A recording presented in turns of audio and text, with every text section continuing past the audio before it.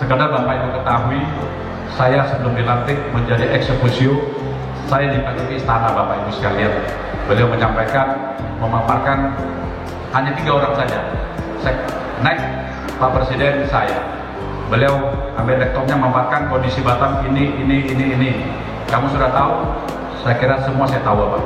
Bisa tak kamu robah? Saya sampaikan saya tidak mampu. Saya tidak mampu. Kenapa tidak mampu?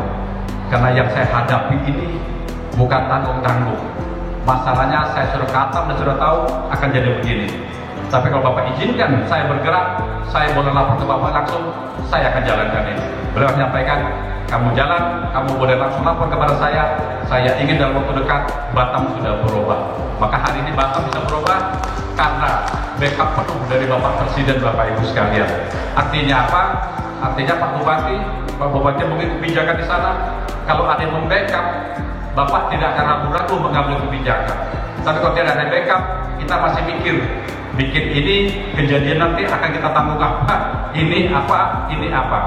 Mudah-mudahan Bapak, kalau Bapak kembangkan, mari kita sama-sama. Karena semua yang kita bangun harus di backup dari pusat. Kalau kita daerah, berat sekali. Karena raja-raja kecil di daerah juga banyak dari pusat di sini. Tapi kalau kita di backup, jalan kita benar, saya kira semua akan terbangun baik. Maka Batam bisa saya ubah dalam waktu 2016 jadi wali kota, 17 masih biasa-biasa, 18 sudah mulai, 19 sudah kita rencana, atau dalam COVID saya dilantik, maka 21, 22 kemarin, sekarang saya coba full gas Bapak Ibu sekalian. Kenapa? Karena kami akan habis jabatan bersama Pak Bupati pada tahun 2024 ini. Maka waktu sisa 2 tahun saya akan selesaikan. Bandara selesai, yaitu jalan dari bandara menuju ke Pelabuhan Batu Ampar. Mudah-mudahan 2023 sudah terbuka setiap jalurnya 5 lajur sama Bapak Ibu sekalian. Ini tidak ada uang dari APBN. Ini tidak ada uang dari APBD Kota Batam. Ini murni dari BP Batam yang susunan kerangka anggarannya Bapak Ibu sekalian saya atur sendiri. Pembangunan jalan bukan untuk menghabiskan anggaran semata, namun mempunyai manfaat besar, yaitu memperlancar lalu lintas di daerah dan meningkatkan pelayanan distribusi barang dan jasa. Guna menunjang pertumbuhan ekonomi dan investasi, serta meningkatkan pemerataan hasil pembangunan dan keadilan.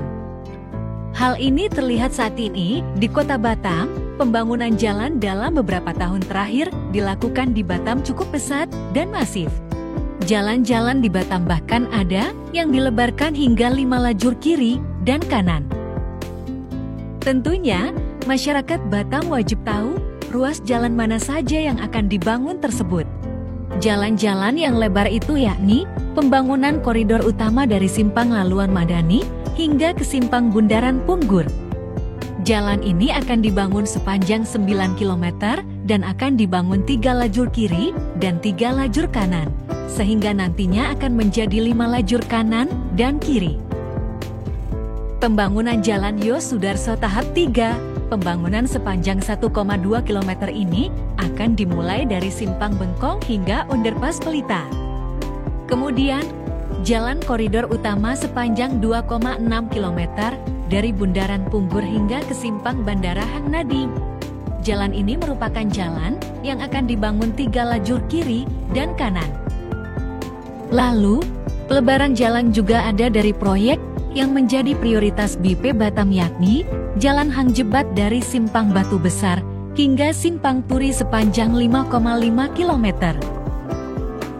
Lalu, Jalan Yos Sudarso tahap 4 mulai dari Underpass Pelita hingga Nagoya Gate sepanjang 1,2 km, Jalan Hang Jebat tahap 2 dari Simpang Batu Besar ke Simpang Polda Kepri sepanjang 3 km.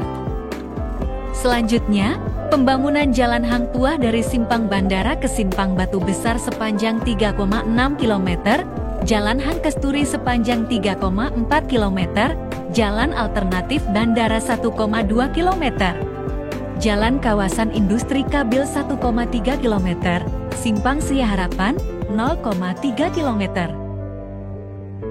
Peningkatan Jalan Hang Lekir sepanjang 12 km, Jalan Todak Trapu ruas gerbang keluar Pelabuhan Batu Ampar sepanjang 1,8 km, Jalan Duyung sepanjang 2,6 km. Kemudian Jalan Gajah Mada tahap 3 dari SPB Ufitka hingga Si Harapan 3,1 km. Jalan dan drainase di kawasan industri Kabil sepanjang 2,9 km, serta revitalisasi Lanisca Pebundaran Sijori Batam. Terakhir, pembangunan flyover Seiladi hingga Simpang Laluan Madani sepanjang 2,5 km. Proyek pembangunan flyover Seiladi hingga Bundaran Madani ini merupakan salah satu cara mengurangi kemacetan.